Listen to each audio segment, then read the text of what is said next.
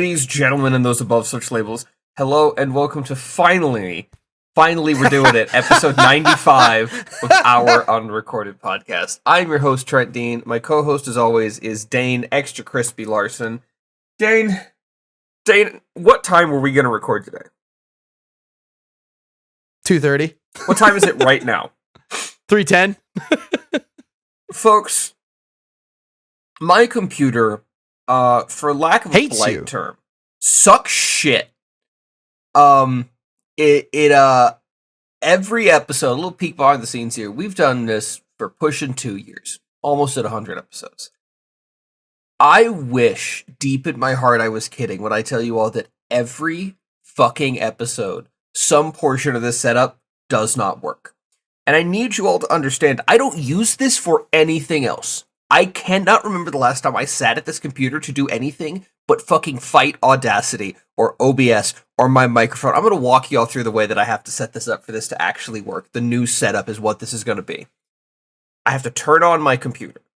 Once the computer is on, I cannot open any recording software. If I open the recording software before I unplug and plug back in my Yeti microphone, the microphone will not be recognized by any application. I have to, no matter what, even if the computer fresh start, the microphone will be on and it is red and the computer says, hey, this is your microphone. I have to unplug it and replug it before it will actually capture any audio device. The new layer to this is now I also have to shut down any and all apps in the background that could possibly even think about accessing my camera and close them all down, unplug and plug the camera back in, and then as quick as humanly possible, open OBS before some background shit can grab the camera to then get the camera functioning, because otherwise we spend 40 goddamn minutes with me changing sources, adding things, and pulling shit to get OBS to see the camera. Then, once OBS is open and it is actually functional and good, I have to, this is the new one that I'm going to remind myself because I fucked it up the last 3 episodes in a row, change the episode number in the OBS studio, because we have had to redo the intro the last 3 episodes, including this one, because I say episode 90, motherfucker, and I look at the screen and see it's episode 90, instead of episode 90, Then, well, the nice thing is, Trent, is actually it goes 93, 94, 95, 90 motherfucker, 97, 98, 99. So next week we'll be fine. Yeah, 90 motherfucker is going to be great. 90 motherfucker is next. That'll be the title of next week's episode, probably. Maybe that'll be your nickname. Who fucking knows? Then, once I do all of that, and I have OBS properly set with the episode number, my face, all audio, after I unplug and replug the webcam, I then have to tell OBS a second time, hey, please don't capture the webcam mic. It sucks. Then I move over to Audacity, where I have to remove and re-add the Yeti microphone as a source every time, even though I already have to unplug and replug it. I have to trick Audacity into thinking it's a new source every single time. Then I have to add a compressor on top, but fun fact, with the compressor, even when I put it in, it doesn't actually work, so after I've added it, I have to then reselect the whole audio track and add another compressor on top, because if I don't, everything comes out tinny and echoey, and that's why episode 90 sounded the way it did. Because even though I went to professional audio engineers on various sources and went, hey, I'm using XYZ, how do I get it to da-da-da-da? And they gave me the exact numbers down to the 0.1 fucking hertz I should set certain bars and settings to. It still sounded like doo-doo dog shit. And I finally figured out it's because the compressor wasn't actually selecting the audio track, even though you click the track to get the menu that said, hey, do you want to add a compressor? Oh boy. And all of this is really, really funny because, Dane, we have an official podcast email that I set up in the pipe dream of like, haha, maybe we get like a sponsor. Maybe somebody reaches out. And we've gotten a couple emails on there that have mostly been like unpleasant and unhelpful. But sorry, like, I thought you meant that we got an email and I was like, oh my God, we did? Oh, we did? We did. oh, dude, this email, I was so excited for a second and then I wanted to blow my shit smooth off. No. This is from Kensuke at Henshu. Henshu, I'll just read the email. Hi. I spent some time with your episode 91 Blues Fest Samurai. The way you two just shoot the shit through technical chaos feels refreshingly honest and unpolished. That's on episode 91. Honest and unpolished? Man, thanks for reaching out, but dude, that hurts my heart a little bit. And he's building a podcast editing tool called Henshu, because I kept running into the same editing bottlenecks himself. He sent me a 3-minute video. I appreciate it. If you listen to episode 95, thanks, man. He just actually sent me another one. Now I remember why I didn't go for it. It's an AI editing program. Now, I appreciate you using tools. I think AI for editing is on that line of like, maybe that's okay in my brain. Yeah. I'm very staunchly anti-AI. I've made that point clear, I think, several dozen times on this, that I think AI is going to be the fucking end of us. But it's because people use it like idiots. And instead of using it to do shit that sucks, like editing or accounting or basic shit, we use it to hallucinate shit and make porn of people that don't want it, and then like have it lie to us and pretend to be a therapist and develop psychosis. So if we could stop doing the psychosis and cheating on homework part and automate stuff that sucks to do, that'd be awesome. I might take a look at the program. The thing is, we've finally, now that I have to hold my computer at fucking gunpoint, the editing's actually gotten quite easy for us at this point. We fixed it. We're using new software to record. Not too bad. We broke up with Discord because even though I was paying for Nitro, there was like a full 3-second delay between us. So episode 91 is hard to watch. The audio version's great because you went and cleaned it up, but the video version of 91 is like, oh, okay, now I understand why we got that email. So now we're using FarPlay instead. Shout out to FarPlay. You guys are super cool. Not sponsored at all. I'm paying for the service. It's nothing sponsored, but FarPlay's awesome. There's no latency. It's why the video has been able to get up so easily because we don't have to edit shit. So shout out to them. FarPlay is why we now have video episodes live. But dude, I Hey,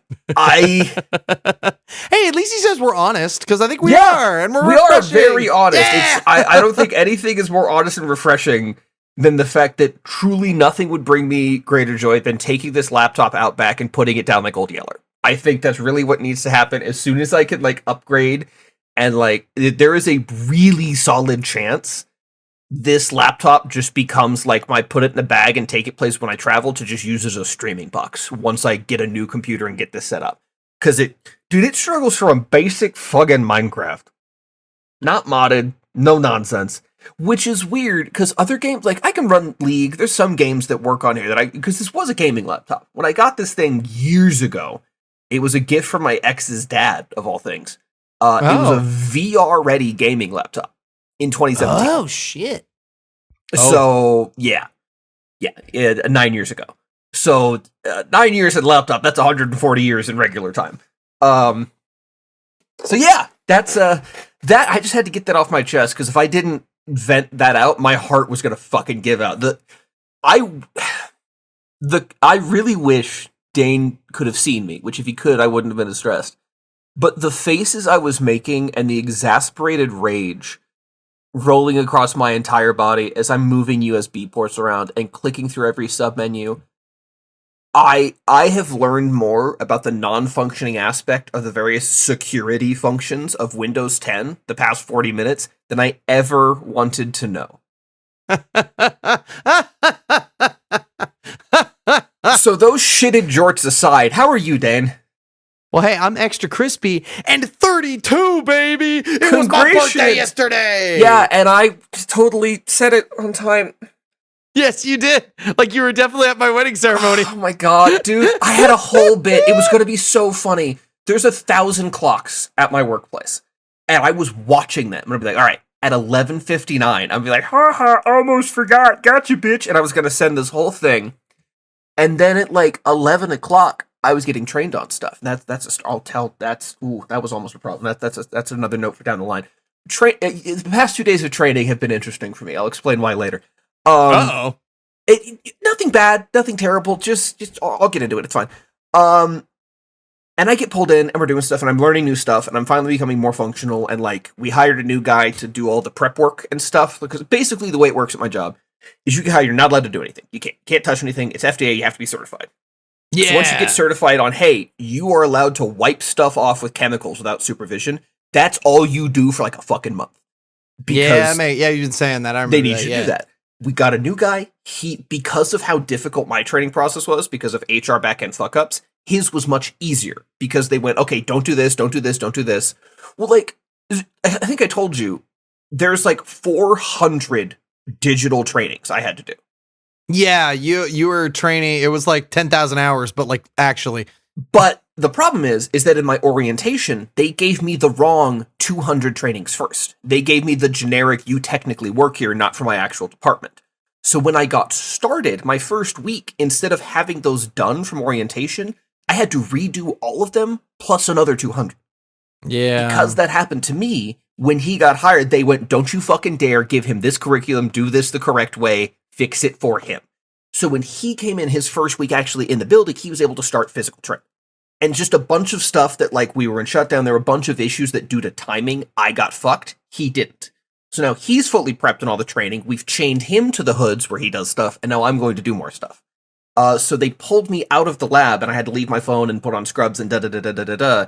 And by the time I got back in and had my phone, I had completely, like, all information other than all of the shit they just crammed in my brain was gone. So you're SpongeBob, fine dining and breathing. Exactly. They unplugged my brain and went, here's how you touch stuff to the walls. That's actually what I was, yes. So then I have to touch stuff to walls, Dane. I have to check the walls. The walls have to be touched and wiped down and then touched and wiped down. Clean, put the lid on, late sticker barcode, scan barcode, sticker barcode. And so I get in, and I think it's like it's just shy of 6 a.m. Yeah, because I got it at like 7:40 my time. Yeah, so that was because I got off the phone with my college advisor. Phone call, I completely forgot. I was almost asleep. I was like, yeah. And my phone starts ringing, and I see it's from you. I'm like, fuck, I gotta talk to this guy. I've been putting this off for 2 weeks, motherfucker. And I answer the phone. He's like, yeah, so it looks like today. And he, at the end of the call, and he goes, okay, so we'll schedule this for same time next week. Today's July 2nd. And I went, fuck, no, God damn it, no. So, yeah, it's been... I love the no. It's July 2nd. No, that's exactly like it wasn't a video call. Thank God, because again, I was in my PJs. I was about to pass the fuck out. I was full on like Winnie the Pooh in this shit, and I see the phone ring. I'm like, fuck, I gotta talk to this guy. I'm like, Okay, so it's funny that you bring up Winnie the Pooh in it because me and a coworker.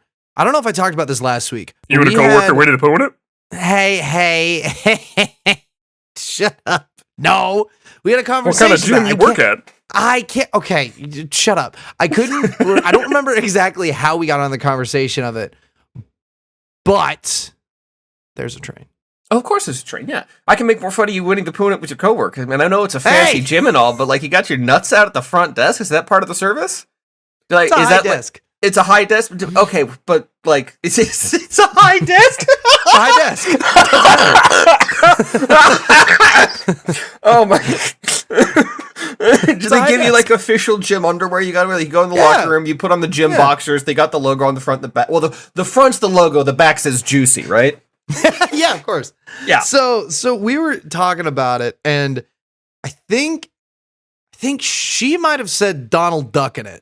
And I was like, okay, I would love to do like a man on the street bit and talk to a bunch of people and say, all right, there's a train. Man, dude, is there public transit good? Public transit good. I want more public transit. Transit. Yeah, it's really good. I just think public transit should be maglev and quieter.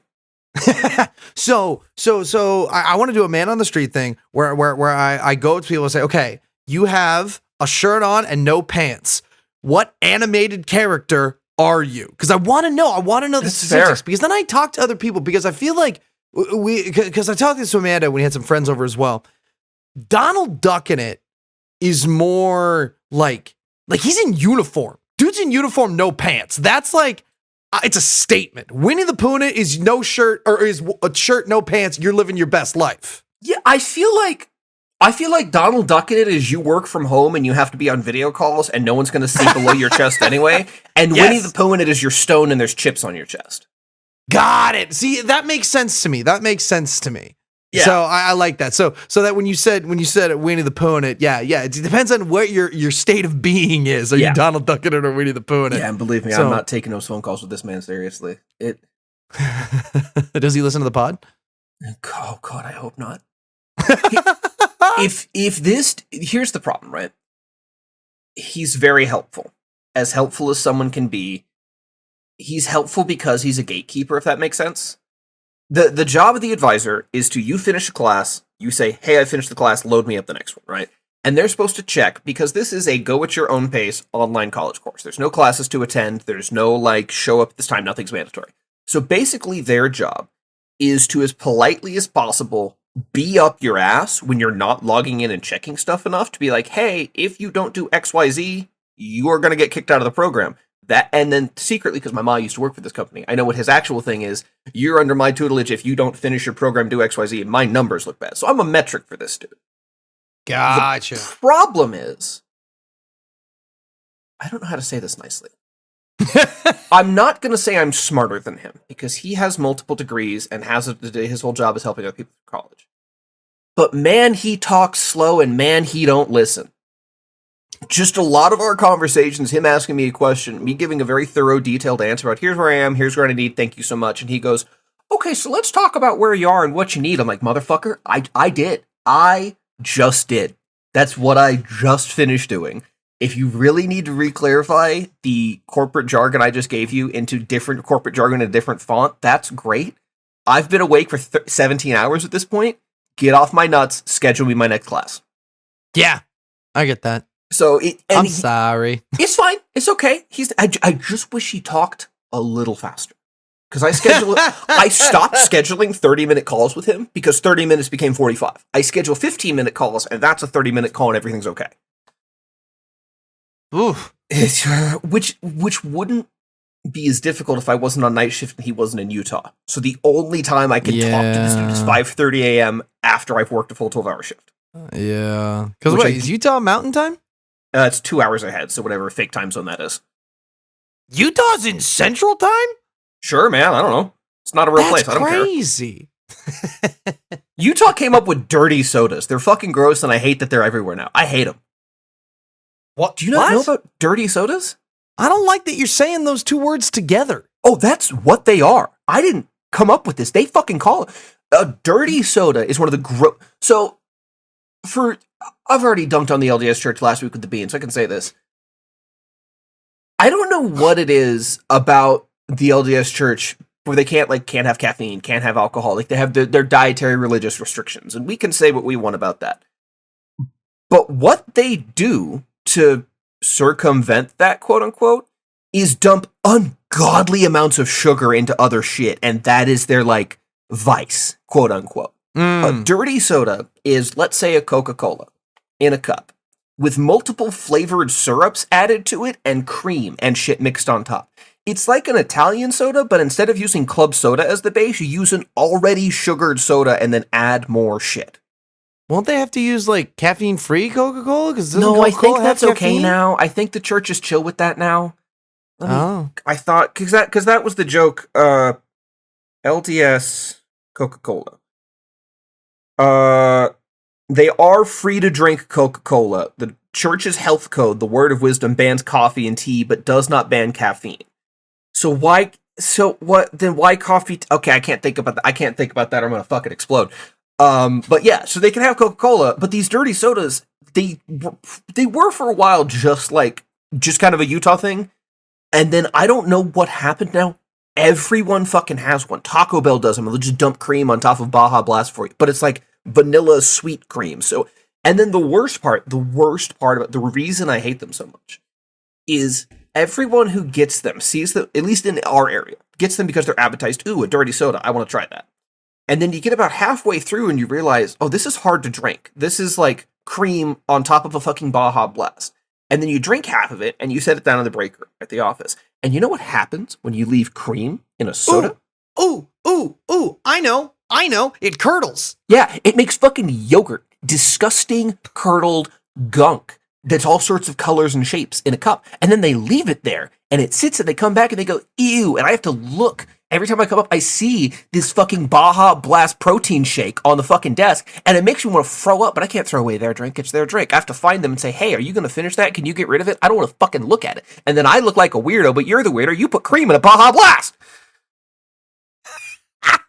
Dude, you're on a tirade today. Dude, it's been a hell of a week. Man. This week has been dick kick after dick kick.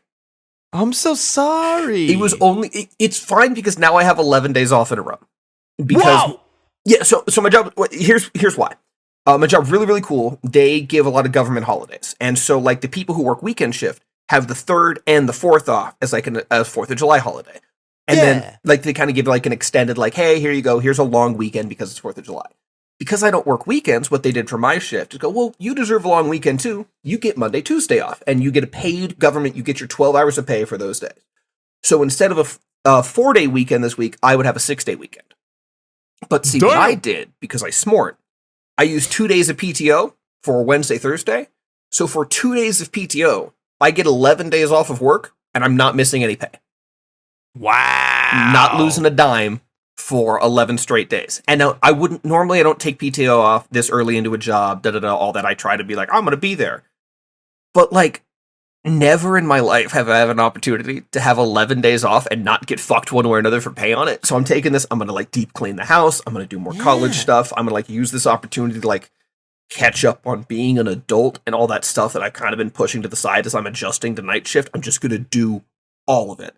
And also try to help out Morgan because her boss is a rotten little bastard man.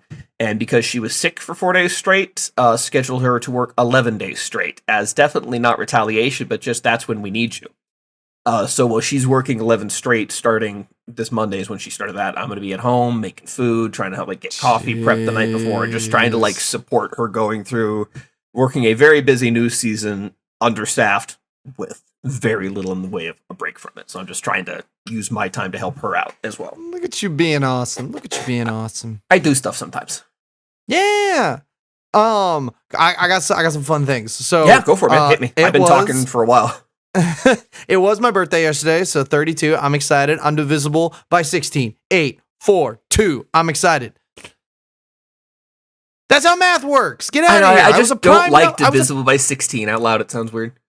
That's true. I was a prime number last year, so I got to get used to it. But I got a bunch of fun stuff. Amanda got me a Superman shirt from the new Superman movie. And that movie was super fun, and I love it. I actually watched it again last night. Also, while I was waiting for you, I used another one of my birthday presents. Is that a speed bag on a desk? It is. You literally you put it on the desk and you hit it. That was the noise that just happened. Nice. Hell yeah. It's really fun. But also a big thing that I'm going to talk about. Give me one moment. I got to go get him. He's gone. For audio listeners, he stood up. He's still got his headphones on so he can hear me, but he can't talk back. Normally I talk smack here, but I can't. I don't have it in me to talk smack. You know, I think I finally exhausted the majority of my rage. We'll build it back up as I get into some notes later, because boy, there was almost an incident at Little Caesars. We'll get into that. But yeah, it's been he's making a lot of noise doing whatever he's doing. I think he would have planned this better and like had the thing closer. Like he's got a countertop pretty close to where we record. You think he would just like leaned over? But shut up! Here, he's back. I forgot. I can see a forearm. There he is. Hey, look at Superman shirt. Okay, so my wife's family, they have a tradition called Bag-O Crap, and it's awesome. And it's just, you go to a Five Below, a Dollar Tree, and you go in with like $20 or $30 and you just get a shit ton of stuff. Hell yeah, that sounds awesome. And it's fantastic. And Amanda knows that you, in particular, like to eat. Oh God, I forgot one other thing. Talk again. He's gone again. Here we go. Talk about how your rage is building. Episode 95, and we're still doing this shit.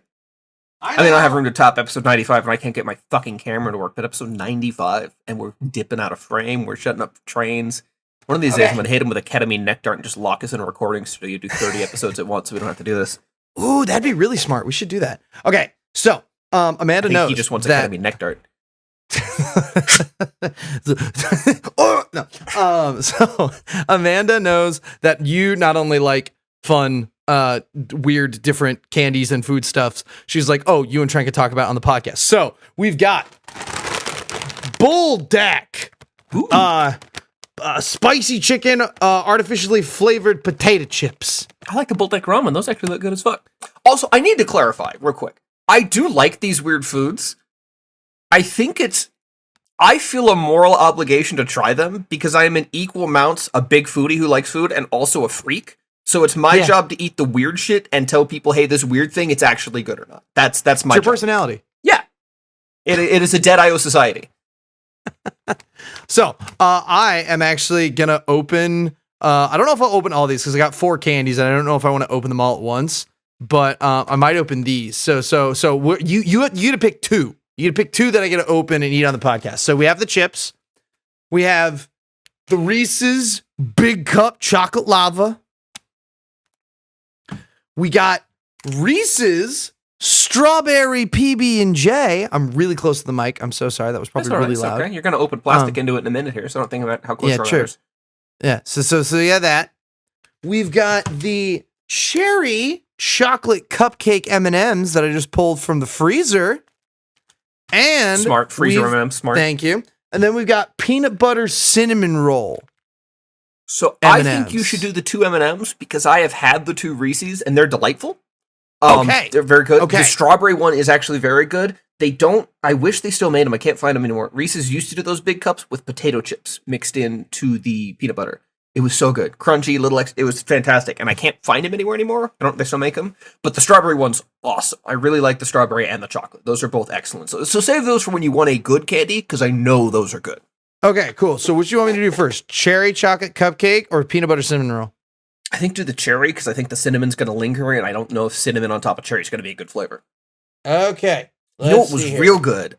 They did them for Easter. It was like a lemon meringue pie M&M, and it was like a crunchy lemon filling with white chocolate M. Banging. How's them cherry chocolates treating you? Oh, shit. That's a good face. You look pretty happy with that. I might need to go to a gas station and pick me up a bag of those. That looks pretty good. Also, shout out to freezer M&Ms.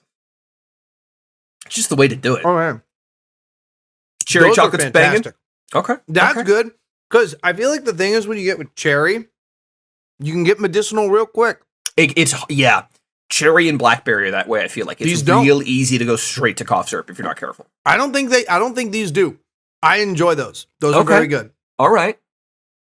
I do a palate cleanse. Yes, of course, yes. Now, are those dark chocolate with the cinnamon? No. See, that's a shame.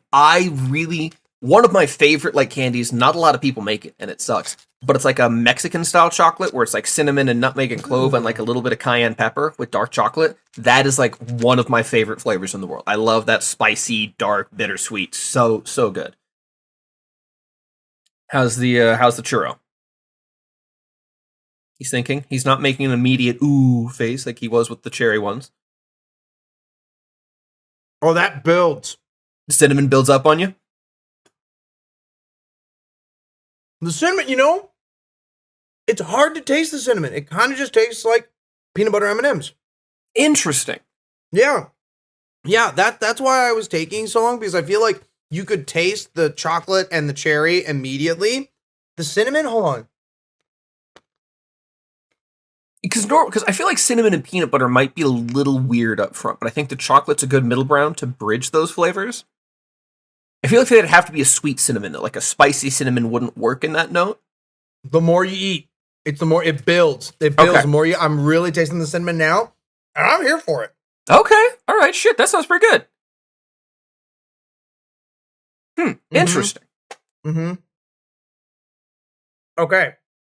I'm assuming the cherry's still the crowd favorite, though. Just because it was right up front, it was there, I had the flavor, and I was like, this rules. That was great.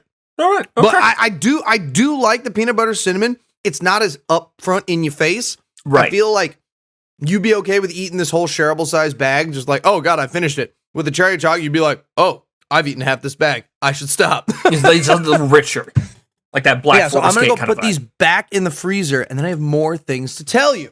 Oh boy, he's got more stories. Hey, that covers our obligation for this being technically a food podcast for the week. So there's that. Good on us for getting that box checked. Oh man. Cherry chocolate M&M. I gotta see if the Maverick down the road has them. That's so real. Yeah, you gotta eat them. I hope that comes through on his mic, him yelling in the distance. Because it's picking up in our call. I hope his recording software covers it, because Dane echoing from the kitchen is really funny to me for some reason. Okay. He's coming. Coming back? Okay. I'm back. All right, here we go. Okay. So, hold on. I got to drink some water. Some water. That's the word. Some water. One whole water. Yes. One water, one bread. So, another thing with party, I had a group of friends. We had a murder mystery party, and it was a blast. If you haven't done one yet, do it. Just like, it's very fun because especially I have a lot of theatrical friends, and Yes. so it was just a fun time just running around doing that. Hell yeah, that is fun. I did one of those years ago. We did a murder mystery. Long while back, but yeah, that was really fun. Yeah. So, I think I told you before last episode that I was because we recorded on a Friday last time. Yes.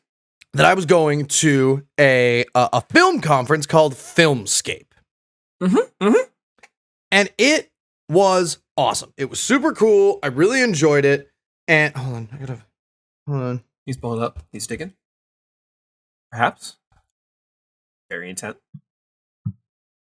Okay. Oh no, there it is. I tried to time it with the train. So, it was really fun. There was a bunch of panels there. I met a bunch of cool people. There's another one. Man, is it particularly busy in Chicago at 4 o'clock Well, in the it's rush afternoon? hour. It's getting into rush. It's rush 4 hour. o'clock. Yeah. Yeah. That's why I said 2:30 at the time. Yeah, and every I'm single sorry, train. I'm sorry. No. Yeah, it's well, yeah. So it was really cool. There's a bunch of panels. I talked to a bunch of people. I met a bunch of folks. I got to participate in the Sound Olympics. Is that okay? Now, So what it was I had a buddy of mine go, his name was Jerry. He was like, hey, do you want to act in Filmscape? And I was like, of course I do. What do I do? He was like, here, I'm sending you the information for a guy who's going to do sound stuff. I said, okay. He goes, do you have any costumes? And I was like, of course. Is the sky blue? Of course I do. Because what the Sound Olympics was you had to put on like the sound like vest and whole thing. You had to like get like the whole 20-pound bag, attach it to you, lob a person up, use the boom mic to get into a shot, then get out of the shot just barely, then round up a 20 or 100-foot cord. That is not what I thought it was going to be, but okay. Yeah. And that's what it was. So I went, okay, well, I have a plethora of stuff, but it's going to be hot. So what about, does Jedi work? It's gonna be hot. Let me put on extra robes? No, yeah, go ahead and point at the train and justify it. It's gonna be hot outside. Let me add more layers on a non-breathable fabric.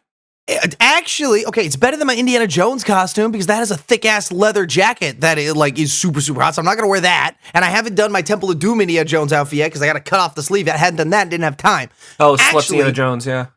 Right? The Jedi one actually wasn't too bad. I've actually worn it at a Ren fair before, and if you don't wear anything under it, it's just like the tunic.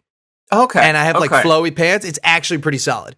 So I'm walking around this film conference in a Jedi costume because I'm like, fuck it, I don't want to bring it and change. So I'm walking around, and people are just like, "What? Why?" So that was really fun. We'll circle back to that. But I'm gonna send you a photo, and Trent, this is sick as hell because there was a props table there, and look at the photo I sent you. Any second now. Are those Wolverine claws? Those are the Wolverine claws, dude. That is one of 3 pairs that was used on the film set, Logan. Okay, you know what? That's actually pretty cool. That's what I'm saying, man. That's actually kind of sick. I got it. Yeah. I'm trying to decipher the beverage in your other hand. Dark blue can, alcoholic or non-alcoholic? I'll give you non-alcoholic. That's all I'm giving you. That shade of blue, not an energy drink. You're not an energy drink guy. Nope. That looks, no, it doesn't have that white border. I want to say it's the Topo Chico Blueberry Hibiscus, but it's not. I'm lost. What you got? It is a sparkling water with the brand of Saratoga. Oh, Saratoga. They make good shit. Yeah, I like their stuff. Yeah. It's really delicious. So that was awesome that I got to I was going up looking at because the next day I in the Jedi, I had my lightsaber from Disneyland. The guy was like, hey, I also have a lightsaber over there. And it was the camera from what the original lightsaber was like. Yeah. So that was pretty sick. It was really cool. That's really cool. It was awesome. I saw the Wolverine claws, and I did a fun test of which is the real sledgehammer or which is the real hammer is the versus the prop one, and that it was tough. I was looking at him like that one shines a little bit better, so I think that's the hammer. That it was I want to say it was a horror film or a short film or something, where it's meant to be almost found footage-esque, where the guy's got an axe. And he goes, hey, I'm going to swing this at you real quick. You got it, you touch it, you feel good, okay. Now, are you sure that's a prop? I mean, you watched me run my hand across the blade. Surely I'd be bleeding. And it's this like 2-3 minute. And he goes like, yeah, so of course it's not like, it's a fake X. He almost got you there, right? And he holds up his other hand for a high five, and it's clearly bleeding. The hand he ran across the blade, and he goes like, ah. And then he just swings it at the camera, and it's such a cool, intense, I'll find it and send it to you, because the actual, like, build-up is super, super cool. It's supposed to be like a director and an actor. They're alone in the woods. He's trying to film this, like, he found this guy to act, and then it gets real dark real quick. Whoa. So that was really fun. Also, the last two things I got, Trent, because fortunately I don't have much. I got plenty. When was the last time you watched Independence Day? Oh, it's been a minute and I was not sober. Brother, you gotta do it again. Because Independence Day was showing at the Millennium Park, the Pritzker Pavilion, for Amanda was running the job there, and we watched it.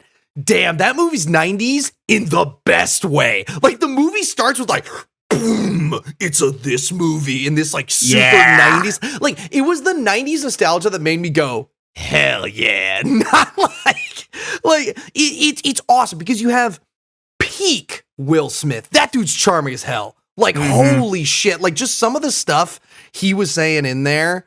Like, and it was just like, damn, I get it. Also, it's such a human movie. Like, that's the Amanda and I kept talking about. Well, it's kind of the point. It's the humans or the aliens.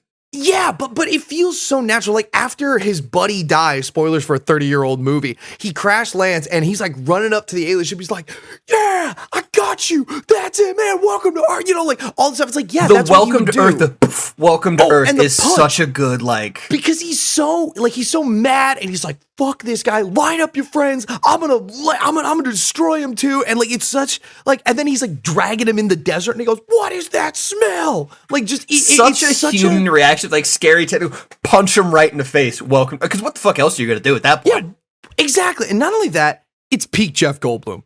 He is looking phenomenal. The hair is perfect. The glasses. Also, okay, and I almost had to eat my own words because for a very long time I have said that Independence Day Jeff Goldblum and Jurassic Park Jeff Goldblum say the same line.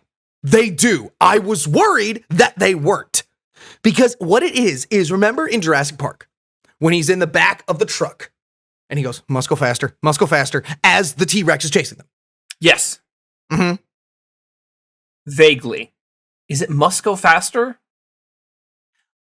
I'm pretty sure it is. Hold on. Let's, Jamie, pull that clip up.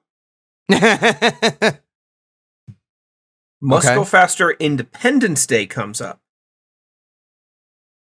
Because that is true. The must go Independence Day. Because I thought it wasn't. But then thankfully it showed up. Yes, it is the same in both. Okay, it's the same in both, which I've always loved. But I was worried because at the end it just didn't come and it didn't come. And I was like, oh my God, what is happening here? What's going on? Well, finally it came. Thank heavens. Also, fun fact, he ad-libbed it according to the Google review.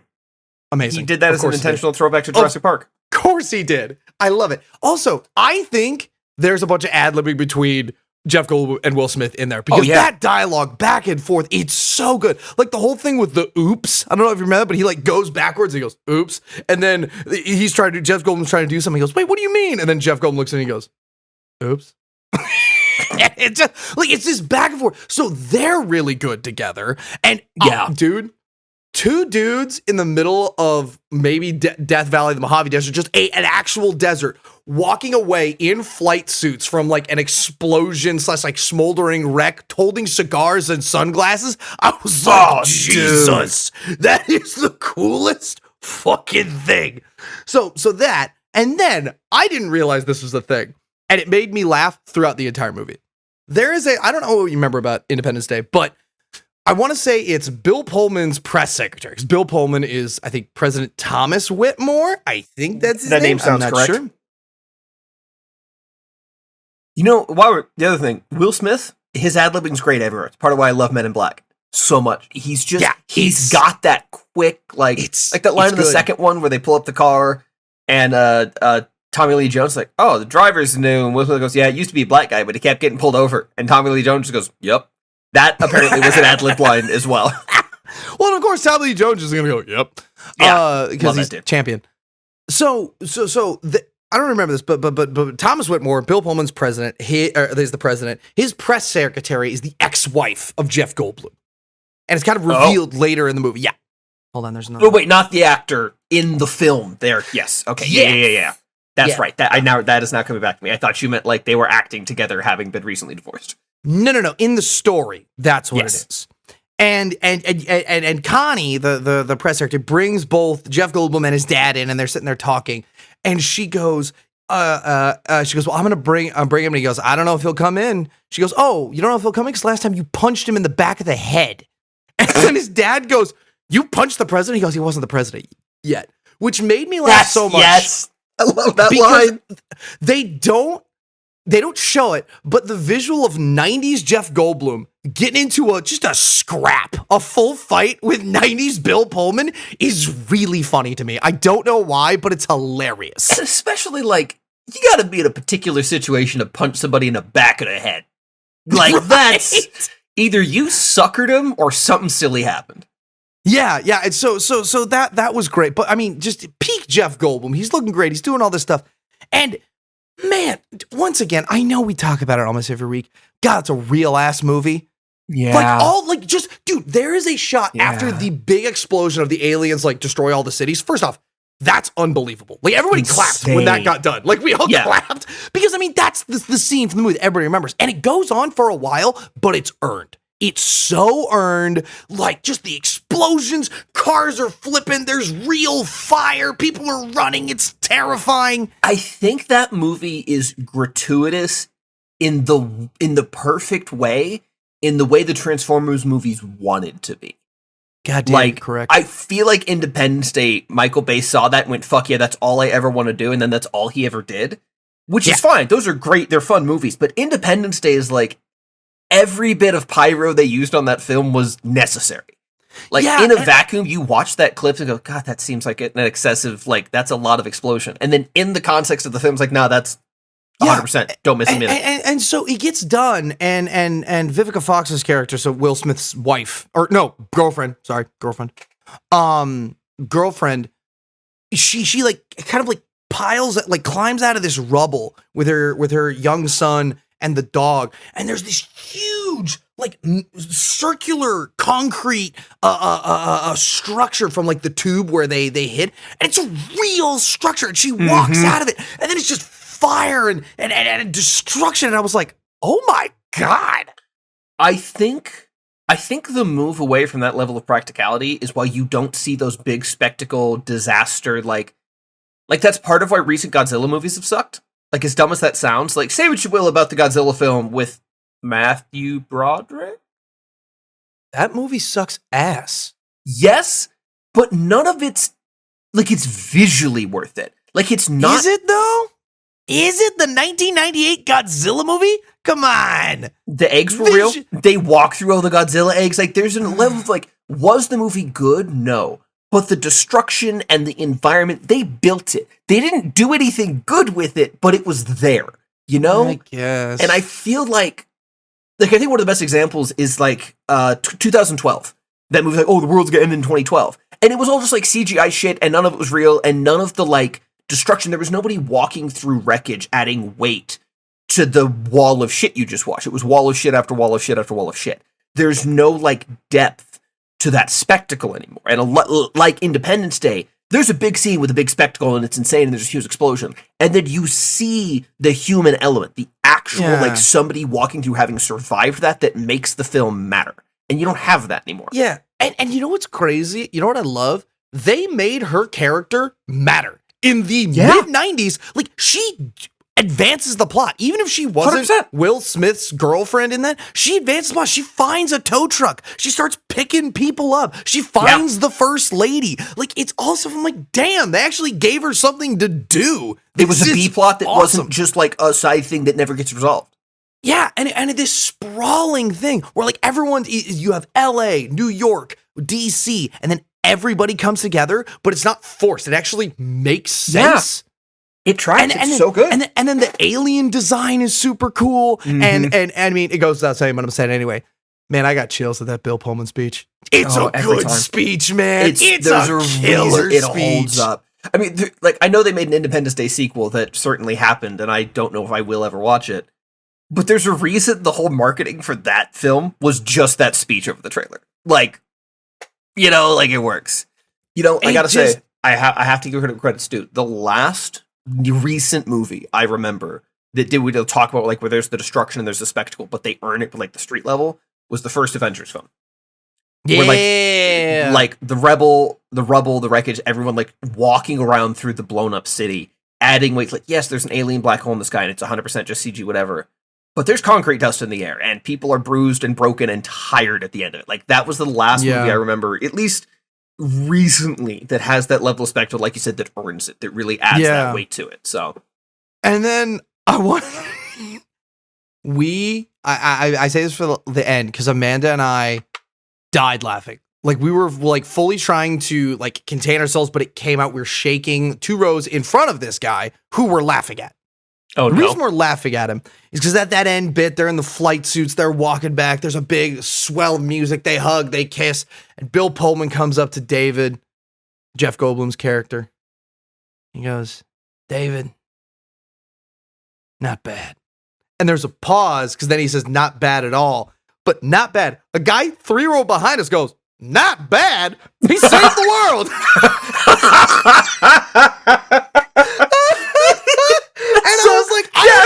I don't think this dude's ever seen this movie before. That's hilarious. That's so good for him having seen them for the first time there. But that's also just, that would have been my response. If I don't care how many times I punch you in the back of the head. If I just saved humanity and you say not bad, I'm hitting you again. Like, you could tell that it's like the joke of like, I'm like giving the it to you. grudging respect. Like, I hated you. You punched me in the back of the head, but it's okay because you saved all human life. Yeah, and I'm the president. But just the guy, literally, not bad. See, that's in a perfect world. Will Smith shouts that in the background. Yes. Oh my god. Like, he says that to David. Will Smith goes, not bad. Like, actively shouts that at last. Yes. Tonal shift for the movie at that point would not have worked well. You don't want to undercut. You don't want to pull a Marvel and undercut a serious moment with a joke every 6.3 seconds. But it would have worked in that one spot. I think that would have been pretty good. That would have been pretty good. Yeah. Also, another thing that was really, really cool is trains. Trains are super cool. Aren't they? Because they got the rails and they go places and it's like a bus, but they're connected and they have a lower carbon footprint and then they're on time usually. Yeah. Yeah. And so another thing that Amanda and I talked about, it doesn't all end in rainbows. No. Which is really cool. I think, especially like the oh God, I wish I remembered his character's name, but the crazy guy sacrifice at the end. Like, he doesn't. Russell Casey? Yeah, he doesn't come back. He dead. Like, there's weight that's like, yes, the world was saved, but at what cost? You don't get to see the whole, like, loss of human life. You don't see the rebuilding. But there's a very clear and present, like, this happened because this dude died. Regardless, like, anything else, you cannot escape the quote-unquote happy ending without a character whose face and name and life you remember dying in front of you. And also, the First Lady dies. She does, I knew she died, but I forgot we found her. And then she lives, and then we get her to Area 51, and she dies. Yep. Like it was, oh my God. And then, also, it was crazy. Amanda and I just talking about it. One of the big things people talk about, or like right when the movie starts, his press secretary is like, God, they didn't talk about your age in a bad way when you were idealistic and ready to go. And now that you're in office, they're like slamming it against you. Bill Pullman was 42. He was 42 when he did that. I know, right? But my kingdom for a president who's 42. Seriously, what I wouldn't give for oh man. Yeah, but overall, just like it was just fun. It was such a fun popcorn, like it was great. The action, the dialogue, like there was some corniness in there, but it worked. But it was like it worked. But yeah, but like, is it Will Smith or Jeff Goldblum who grabs the sticky note and turns it the other way around on the controls? Will Smith. That's corny as shit, but it's like, yeah, that's what if you have a sticky note to fly an alien ship, that's what you gotta do when you figure out it's fucking, you're not gonna be like, oh, you earn that. It's funny. It's really, really well done. And some of the lines, like for example, he gives a speech, and then one of the generals comes over, and is like, "Okay, Mr. President, here's your gear." And one of the like older generals, who I swear to God, that man he walked into the audition, and they went, "You're our 5-star general. Yeah, that's just who you are."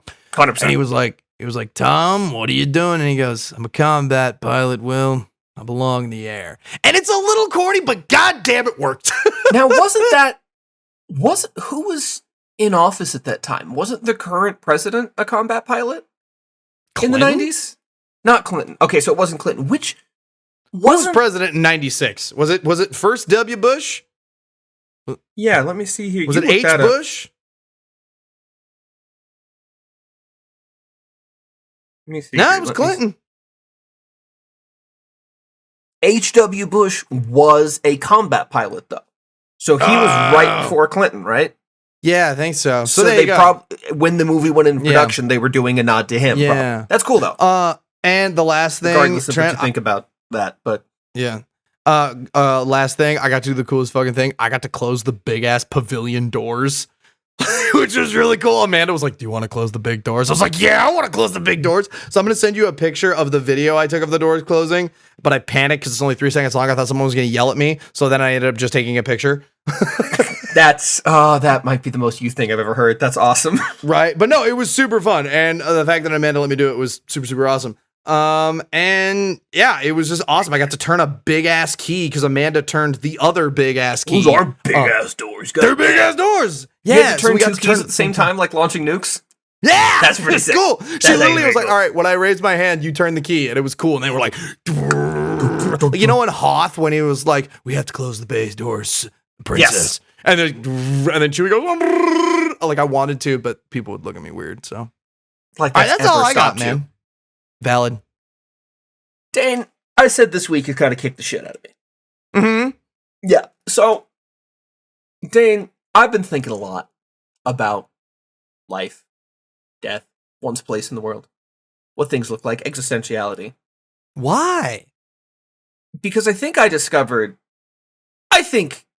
everyone has, you joke like, "Oh, this is my personal hell." I think everyone actually has one of those, right? There's a certain level of like the thing that will truly torment you for eternity if you deserve it. This podcast. Ah! No, I was kidding. Boom, roll credits. Mine is a fucking merge lane. Dane. Yeah. It is roadwork season in Spokane. It's sunning out, which means every road in every direction is being torn to pieces and being rebuilt by the cheapest possible contractor, so next year somebody else can come and do the same thing. Which means, in about a 3-mile radius of my job, there is no fucking way to get there that doesn't involve traffic cones and detours. There's just not. There's no shortcut. There's nothing I can do. Monday, I go to get into work. And I've been taking a shortcut through the college there. Turn here. Yeah, you told that last week. Yeah. I turn into that, and that shortcut is closed.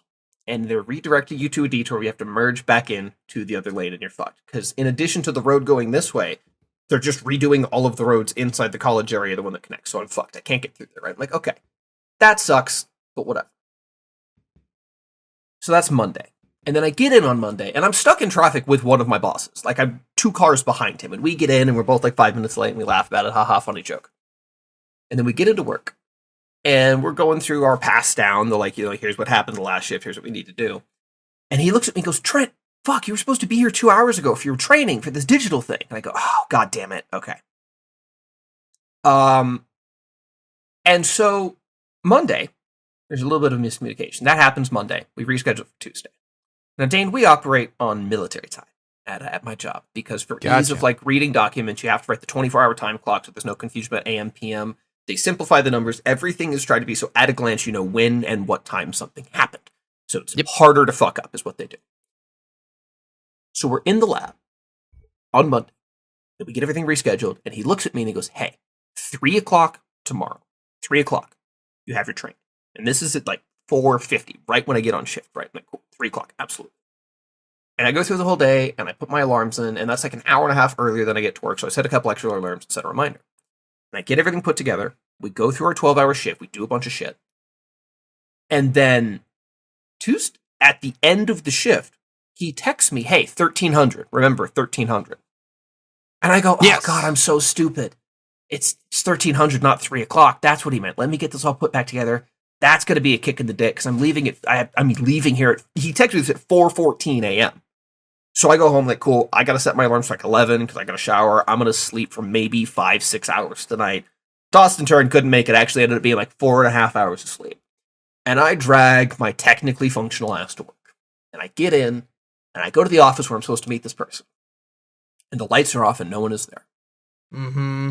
And because it's 3 hours earlier than I'm normally at work, no one on my shift is awake yet, let alone in the fucking building. So I sit in this office, in a chair, staring at the door like a fucking pervert for about 25 minutes. And I go, all right, cool. Again, 4.5 hours of sleep. I'm kind of hunched over like a fucking Skyrim Draugr at this point. And I fill out a sticky note and I put it on her computer screen and go, hey, da-da-da, I was here at this time. I'm sorry if I missed you. I'll be in the break room if you need me. And I go and I sit in the break room. And I see there's computers in the break room for like doing something. I log in and I pull up Teams, and that takes 15 minutes because Microsoft Teams was built by Nazi scientists fleeing Nuremberg. And I finally get all logged in and I shoot her a message and I go, hey, I'm so sorry if I'm reaching out to the wrong person. I have it on my calendar as this. Michael, my supervisor, told me da-da-da. Can we, like, am I in the wrong place? And she goes, oh my God, he told me 1500. And that's when it clicks that I was right. It was 3 o'clock.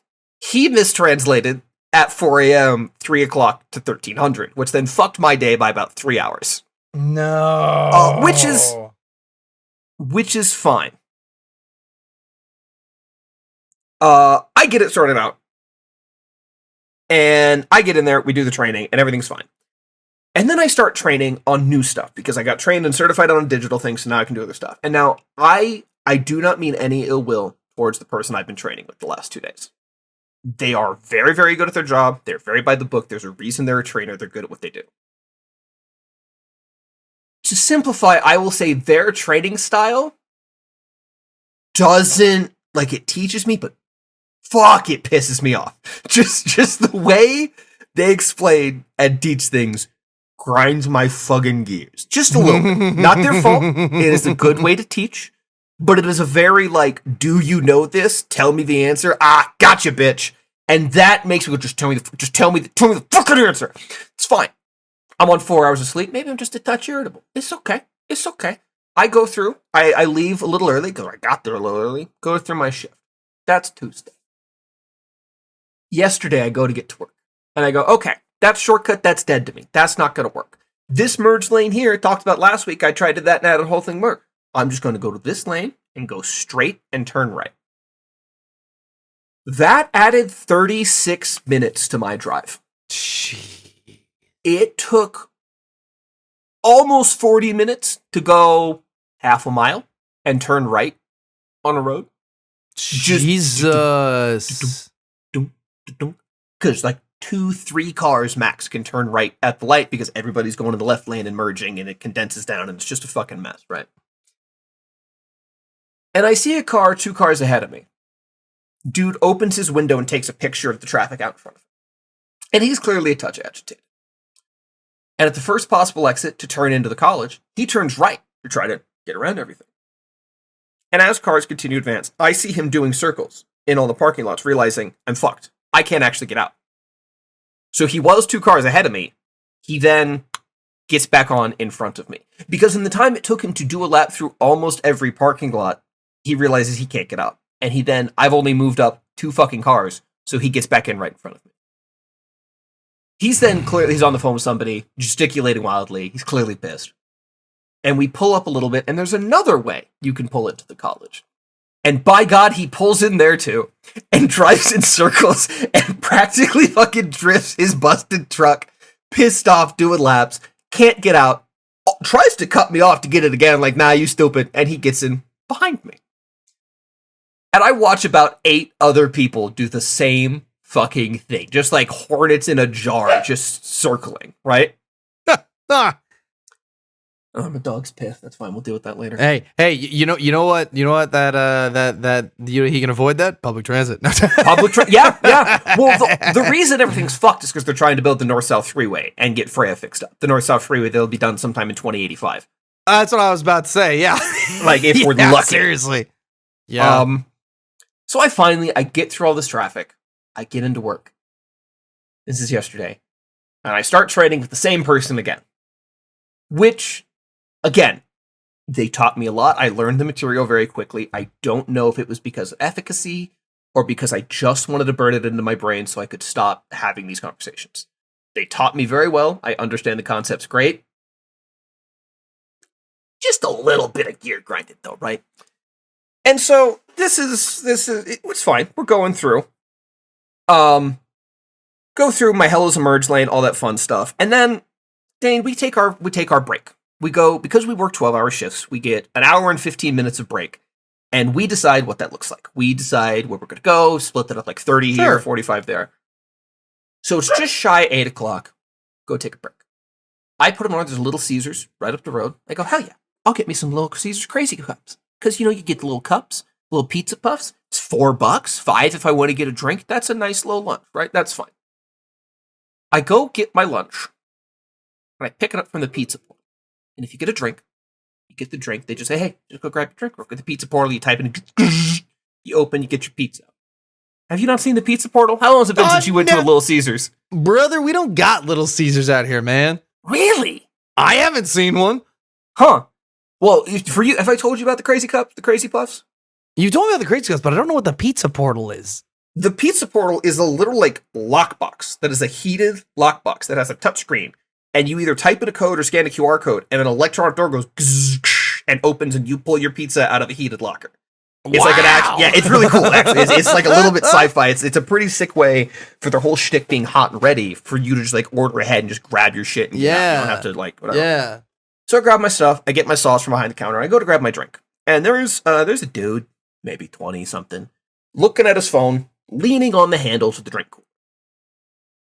And I'm holding my pizza. Go, hey, can I get behind you real quick?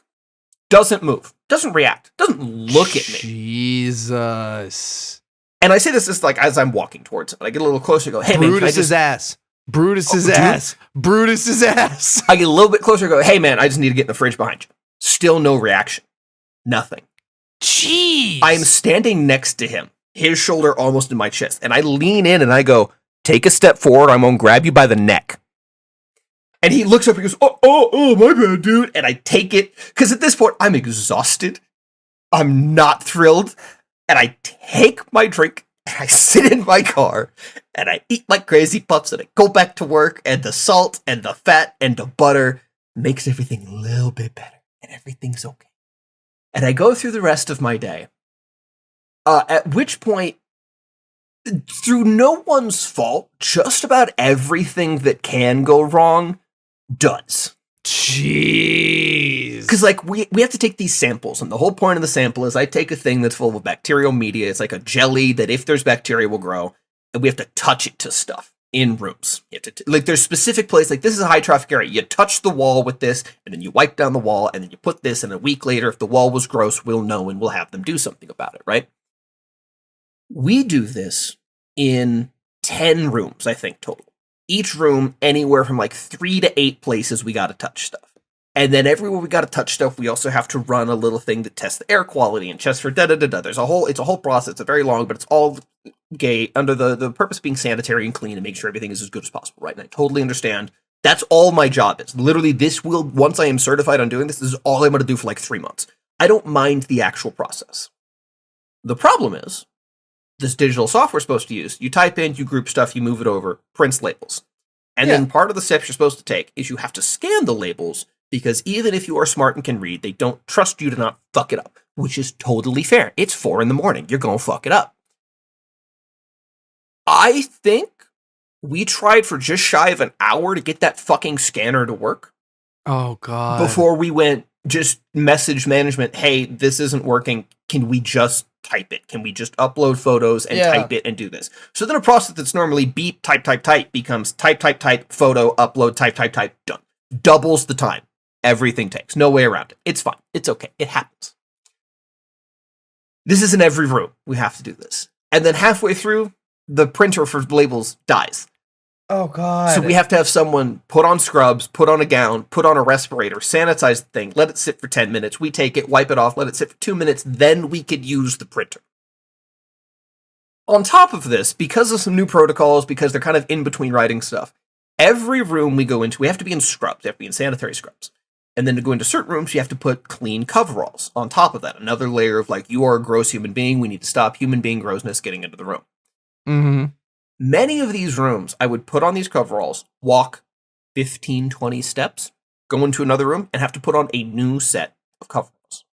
And ditch them and put them in a bin. And then go into the room and do our sampling and sanitize and clean and not touch anything and not sit and not lean on anything. Keep your hands in the air so they're not breaking the filtered air. Stand like this for, 30, 40 minutes of time for letting stuff do. And then as you exit the room, wipe off your cart of all your shit and take off those coveralls and put on new ones to avoid You cross-contamination. work in the back rooms, man. Dude, genuinely, part of the thing I did was get a tour of, like, we have to take these water samples from everywhere and make sure the water's clean. Yeah. We go up to over the top of everything. And when I tell you it's just the back rooms, but it's all chrome and ducting and copper pipes, every direction I looked was like a kaleidoscope of just the same thing, twisting fucking crazy stairs geometry, but it's just pipes and ventilation and tubes and bullshit. Because over the top of the lines, nobody gives a shit what that looks like. They have to make the rooms organized and make sense so that you can go room to room and function and mix chemicals and create drugs.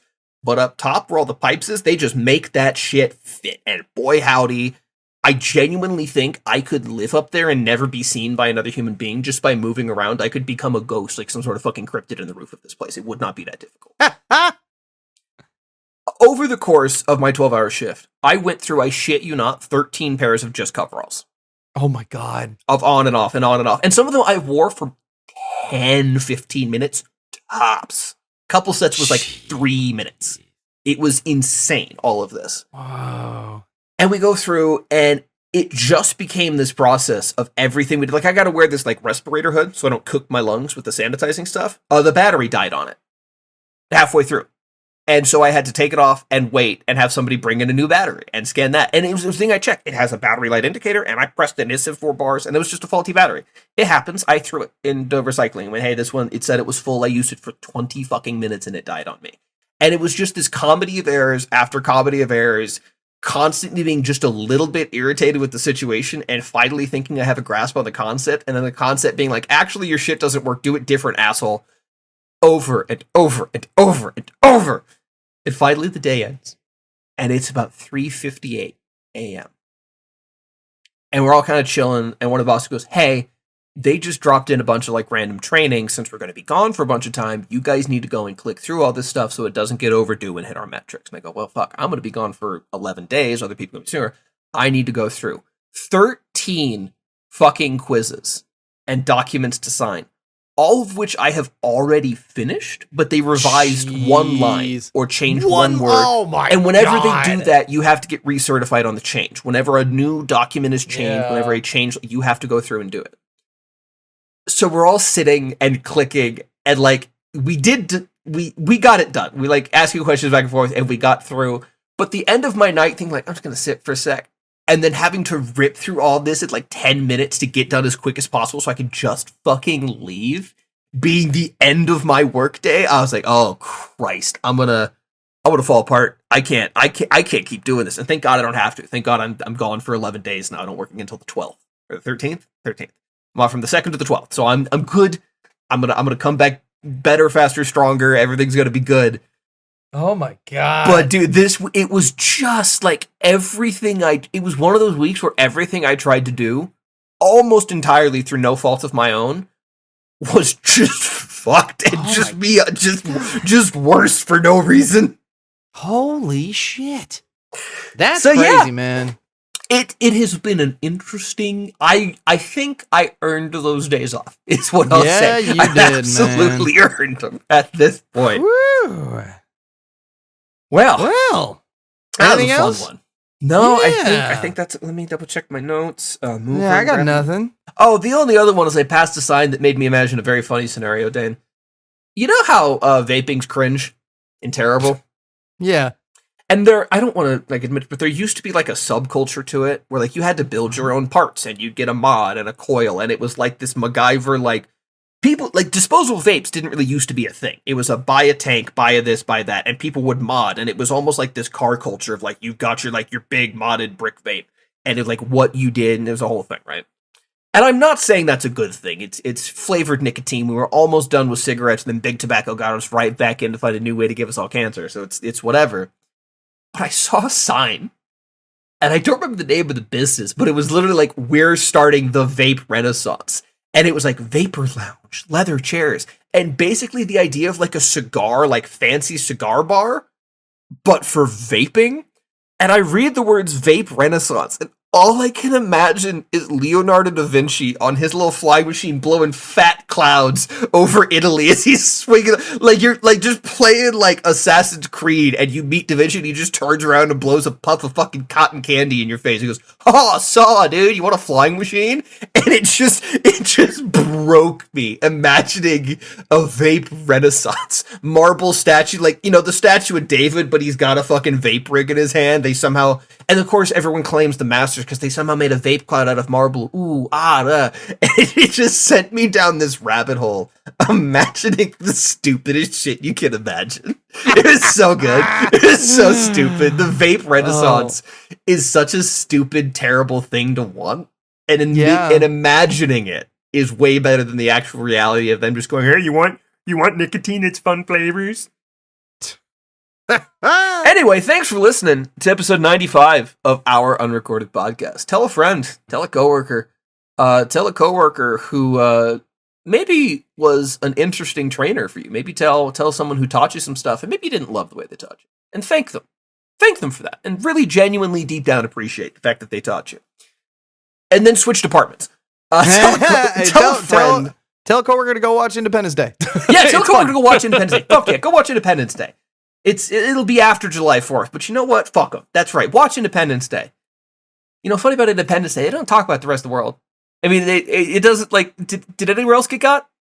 Oh yeah, dude, they talk about it all the time. Dude, like, Russia gets got. You see a bunch of like sprawling places. You see a ship like over Africa. You see a ship in you know, I don't think they mention like Japan. And you see a little bit of Russia, but no, it's a whole world thing. They talk about it. Okay, they do touch it. That's cool. Tell a friend that is also in love with Little Caesars and who frequents the pizza portal. And next time somebody's blocking the pizza portal, grab them by their neck. Anyway, we'll see you next week. Bye.